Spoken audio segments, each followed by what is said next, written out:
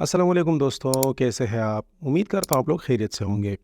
अच्छा दोस्तों, आज मैं आपके लिए CS 310 open source web development की एप्लीकेशन डेवलपमेंट की मैं असाइनमेंट नंबर 2 का सॉल्यूशन लेकर आया हूँ। इसकी जो लास्ट डेट है वो 15 जनवरी 2024 है। अच्छा, आगे हम जाते हैं कि सर ने क्या कहा हुआ है कि आपने बस सिंपल PHP फाइल बनानी है और वो मुझे सेंड करनी है। अच्छा, PHP फाइल में हमें क्या इंस्ट्रक्शन दी गई है, हमें क्या कुछ बताया गया है। यहाँ पर हमें प्रॉब्लम स्टेटमेंट की तरफ सीधे आ जाते हैं और यहाँ पर हम के देखते हैं कि हमने एक PHP प्रोग्राम बनाया हुआ है जो कि वैलिडेट करेगा इस IP एड्रेस को जो कि सर ने हमें दी हुई है।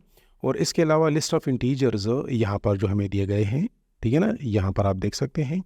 इनको ये वैलिडेट करेगा कि आया ये वैलिड है या कि ये वैलिड नहीं है। अच्छा, इसके लिए हमने जो टेक्निक यूज़ करनी है वो PHP फ़िल्टरिंग टेक्निक्स यूज़ करनी है इन दोनों के लिए। तो आइए हम चलते हैं पहले IP एड्रेस की तरफ। पहले IP एड्रेस में हमें ये IP एड्रेस दिया गया है 192.168.1.88। तो हर किसी को पता है कि ये एक वैलिड ईमेल एड्रेस है, ठीक है ना। तो हम जब यहाँ पर PHP फ़िल्टरिंग फंक्शन यूज़ करेंगे, ठीक है ना, तो वो ये वैलिडेट करेगा कि आया ये वैलिड है कि या वैलिड नहीं है। तो इसके सामने बस ये लिखा गया सामने। अच्छा, दूसरा हमें एक स्ट्रिंग यहाँ पर दिया गया है, मतलब ये हर एक का अपनी असाइनमेंट होगी, क्योंकि यहाँ पर आपने बस अपनी VU की ईमेल आईडी देनी है, ठीक है ना। तो स्ट्रिंग में सबसे पहले आपकी VU ईमेल आईडी होगी, फिर 12, फिर 15, फिर XYZ और फिर 100। तो जैसे कि सारों को पता है। अच्छा, दूसरा हमारा क्या करे, वो तो VU को यहाँ पर ऊपर जो था ना पहला फंक्शन, वो तो इस IP एड्रेस को मतलब कर रहा था कि आया ये IP एड्रेस वैलिड है या नहीं है। लेकिन यहाँ पर हमारे पास इंटीजर्स हैं, ठीक है ना। तो यहाँ पर हमने जो इंटीजर के लिए फंक्शन यूज़ करना है, उसके मुताबिक वो ये चेक करेगा कि आया ये इंटीजर है कि नहीं है। तो जैसा कि आपको पता है कि 12 इंटीजर है, 15 इंटीजर है और 100 इंटीजर्स है। तो सारों के सामने आएगा कि ये वैलिड इंटीजर है। लेकिन XYZ ये भी इंटीजर नहीं है, और BC और क्योंकि हमारी VU की ID जो होती है उसके सिरे में BC या MC लिखा होता है, तो जिसकी वजह से ये सारा का सारा स्ट्रिंग जो है ये एक इनवैलिड इंटीजर होगा। तो बस हमारा काम है, यही हमने मतलब ये फंक्शन करने हैं। यहाँ पर क्लियरली मेंशन किया हुआ है सर ने कि अपनी यहाँ पर आपने अपनी व्यू की ईमेल आईडी लगानी है। तो चलिए चलते हैं सोल्यूशन की तरफ। सबसे पहले हमने क्या करना होगा यहाँ। अच्छा, ये हमारे पास सोल्यूशन है इसका। ये मैंने PHP प्रोग्राम बनाया हुआ है। आप जब ये कोड बना लेंगे ना, तो इसको .php से आपने सेव करना है, सही है। .php फाइल से आपने इसको सेव करना है। अच्छा, नेक्स्ट मैं क्या करता हूँ, नेक्स्ट हम इसको करते हैं ये सैम्प। अच्छा, जैम्प जब मैं ओपन करता हूँ तो इस यहाँ हमने अपाची का जो है सर्वर वो स्टार्ट कर लेना है। फॉर एग्ज़ाम्पल अभी मैं आपको दिखाता हूँ। ये मैंने खोला हुआ है ये फ़ाइल, ठीक है ना, ओपन किया हुआ है, लेकिन अभी ये काम नहीं कर रहा। जैसे ही मैं अपाची का जो है वो ओपन करूँगा सर्वर, सही है। तो अभी इसको मैं दोबारा से करता हूँ रिफ़्रेश, तो आपको इसका रिज़ल्ट नज़र आ जाएगा। तो ये देखिए जी, पहली लाइन में है कि द IP एड्रेस जो है 192 ये वैलिड ईमेल, ये वैलिड IP एड्रेस है। इसके अलावा ये जो आपकी जो व्यू की ID है ये वैलिड इंटीजर नहीं है, नॉट अ वैलिड इंटीजर। और 12 वैलिड इंटीजर है, 15 वैलिड इंटीजर है, XYZ ये भी नॉट अ वैलिड इंटीजर और 100 इज़ अ वैलिड इंटीजर। अच्छा, अब यहाँ पर इस कोडिंग की तरफ आते हैं। मैंने ये कोड किया हुआ है सारा, आप भी बिल्कुल इस तरह करेंगे। मैं क्या करता हूँ कि इसको मैं यहाँ पर मैं वैल्यूज़ चेंज करता हूँ और फिर यहाँ देखते हैं कि ये वैल्यूज़ के साथ चेंज हो रही है कि नहीं हो रही। लेट्स सपोज़ मैं यहाँ पर जो है ये कामा लगा देता हूँ, ठीक है। और इसको मैं फिर आगे से इसको मैं सेव कर दूँगा, ठीक है। अब जब मैं इसको रिफ़्रेश करूँगा तो आप देखेंगे ये यहाँ ये जो ID आपको दिख रही है ना, ये जो IP एड्रेस सॉरी, तो ये चेंज हो जाएगी, ठीक है ना। ये इस तरह हम देखते हैं, ठीक है। अब यहाँ पर आ गई ये कामाज और ये वैलिड से इनवैलिड हो गया। क्यों? क्योंकि कोई भी IP एड्रेस जो है वो कामा से स्टार्ट नहीं होता। तो हमने क्या करना है, मैं दोबारा इसको रिमूव कर देता हूँ यहाँ से, ठीक है। और दोबारा से इसको फ्रेश कर देता हूँ। तो अच्छा, सेव नहीं किया मैंने, सॉरी। इसको सेव भी करना है आपने, सेव कर दिया मैंने। इसको भी मैं रिफ़्रेश कर देता हूँ तो वो क्या अब कह रहा है कि ये वैलिड है। अच्छा, ये क्या है, ये मैंने जो फंक्शन यूज़ किया हुआ है ये IP एड्रेस, ये उसकी जो है हमने वेरिएबल यूज़ किया और ये उसकी वैल्यू है, ठीक है ना। फंक्शन पर हमने ये फ़िल्टर VR वाला फंक्शन यूज़ किया हुआ है कि ये इसको फ़िल्टर करेगा। सही है जी।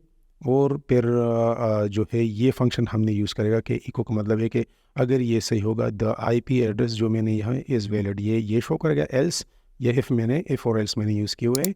अगर ये इनवैलिड होगा तो फिर ये शो करेगा कि इनवैलिड। ठीक है ना, ये इसकी वैल्यू है, आप देख सकते हैं वहाँ पर ऊपर।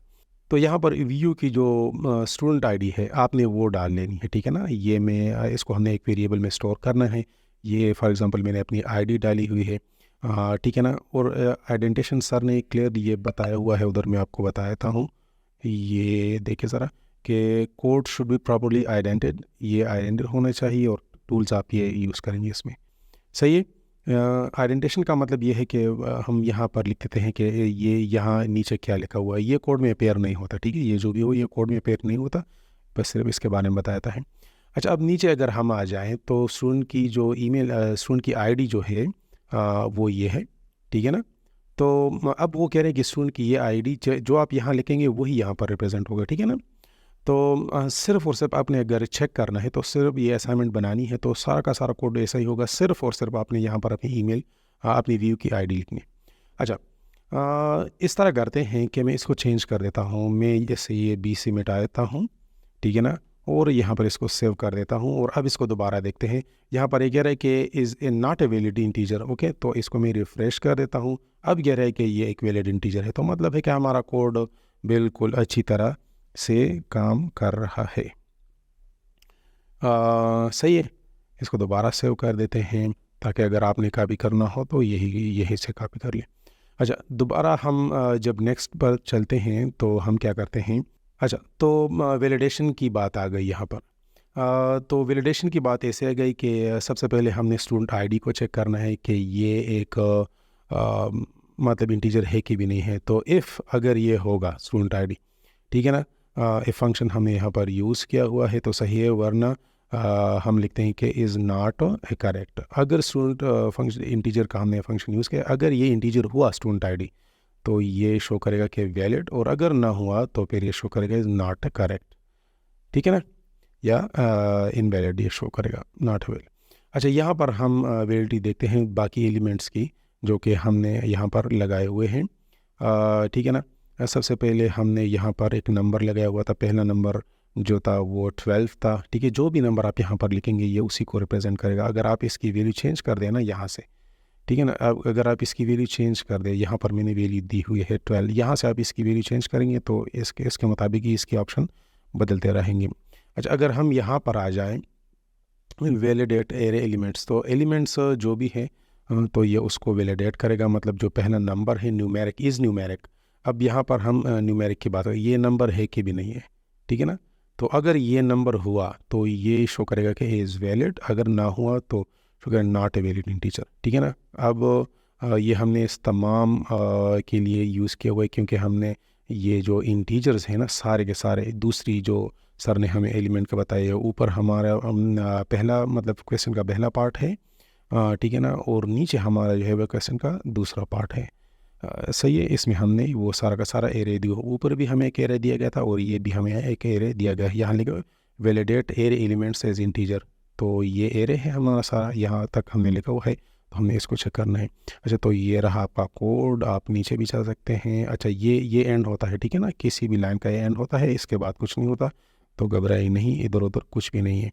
तो ये रहा आपका पूरा कोड, आप इसको कॉपी कर लें और जो भी तरीका हो तो इसका आप देख सकते हैं इस तरीके से। अच्छा, ये असाइनमेंट अगर किसी ने पेड में बनवानी हो तो काइंडली मुझसे रब्ता कीजिएगा, आपको नहायत कम रेट में मैं इसको सॉल्व करके दूंगा।